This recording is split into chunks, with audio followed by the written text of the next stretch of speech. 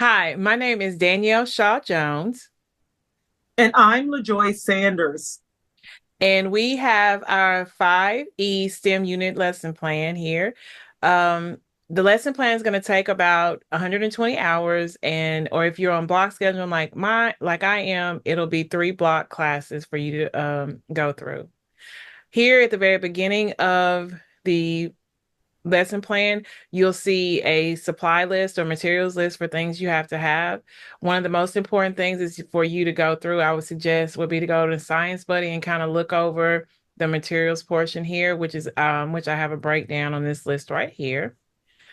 From there, you'll see a list of the standards that are covered for this lesson. The lesson is primarily over scientific inquiry or scientific method and introduction to scientific method with your students. You'll see the cross-curricular standards that go with it as well, which is math as well as your English standards.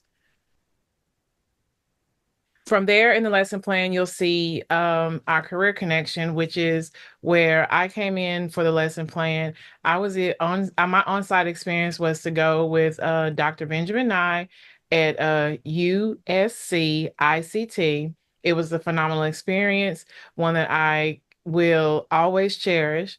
And the STEM connection there or career connection there was for AI, and if you read over this little synopsis here, it'll tell you about Dr. Nye, his career, and the research that he's currently conducting. The next section of the lesson plan is about engagement. With the engagement, the most important thing is to make sure that we get our students involved in the lesson. One thing I've always believed is make sure our students know exactly why these topics, or let them choose a topic that's going to be real life related, as well as something that they're going to be interested in, and put it in the reference or mind frame of scientific inquiry.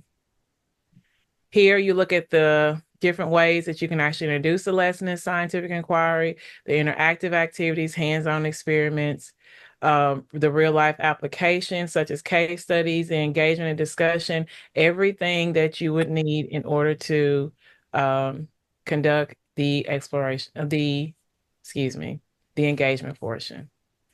All right.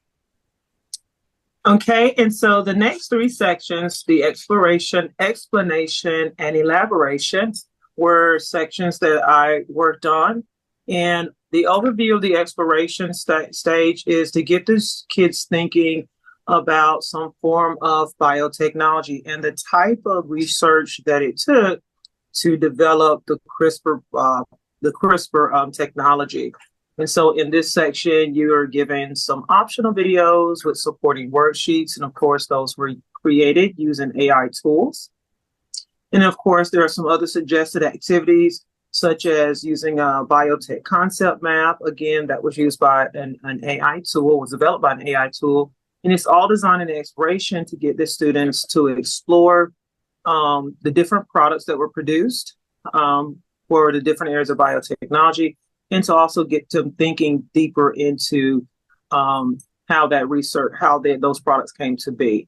We also included a portion in this activity. When we move into the explanation portion, we allowed time for them to get into teams and act like experts. There's a grading rubric.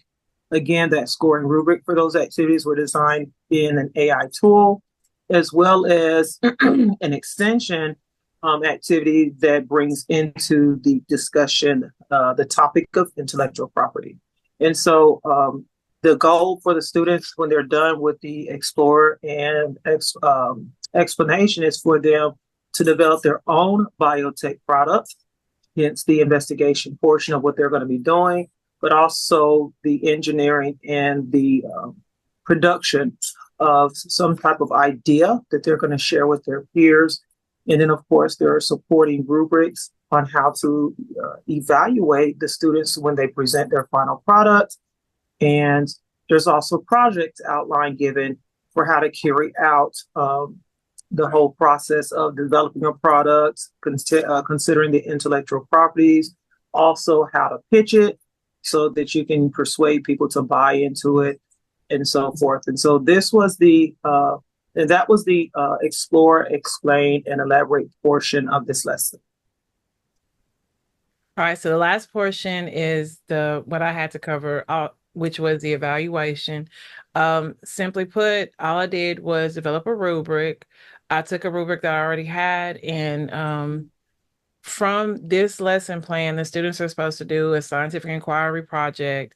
They conduct it from the beginning to the end, from the beginning, which is selecting their topic, all the way to um, explaining or showing their results using the rubric. This is how we would score our students in terms of their presentation, their data collection, their question and answer methodology, engagement, and the reference and citation, which is something that high school students need to have a very deep understanding of as they move on to the collegiate level. Also, it has a little bit of explanation to help the teacher score the rubric as well, and gives a little bit of explanation about how the rubric can be used effectively. And then I also have what is called a self team, a team slash self evaluation form. I'm going to give a little quick snippet of this right here where you all can see it. All this right here does is it allows the teams to evaluate each other, because 90% of the work is done most of the time with people in the business world, in the collegiate world, in just regular life. You have to work in teams. And so this is a good way for them to work together. Um, for me to find out how they actually work together as well as individuals. There'll be a score portion just for the individual person, and then there's a score portion for everyone to judge and grade one another. All right. With that being said, that is the conclusion of our lesson plan, and thank you all for being present. Have a good day.